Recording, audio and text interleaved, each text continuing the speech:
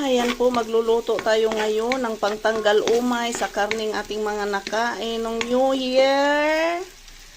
Ayan, nagisa na ako ng sibuyas at maraming bawang na pinabrown ko. Lagyan ko din yan ng chili flakes dahil nga gusto natin ng pangtanggal umay.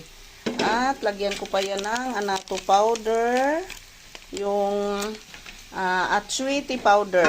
Yan ang ginamit ko para pangkulay lang ba, para mas masarap, mas makulay. At ito ang ating lulutuin ngayon. Seafood galore lang muna tayo. Kasi nga, pahinga muna tayo sa karni. At mabilis lang itong lutuin. Ayan. Tapos, lagyan lang natin yan ng toyo. Oh, konti lang. Depende lang sa inyo. Ayan. Oh, diba? Nag-finks na siya. Nag-finks na.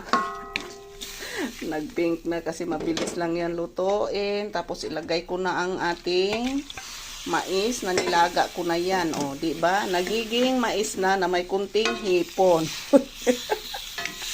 Ganon talaga. Dahil ang mas una pang nauubos dyan ang mais.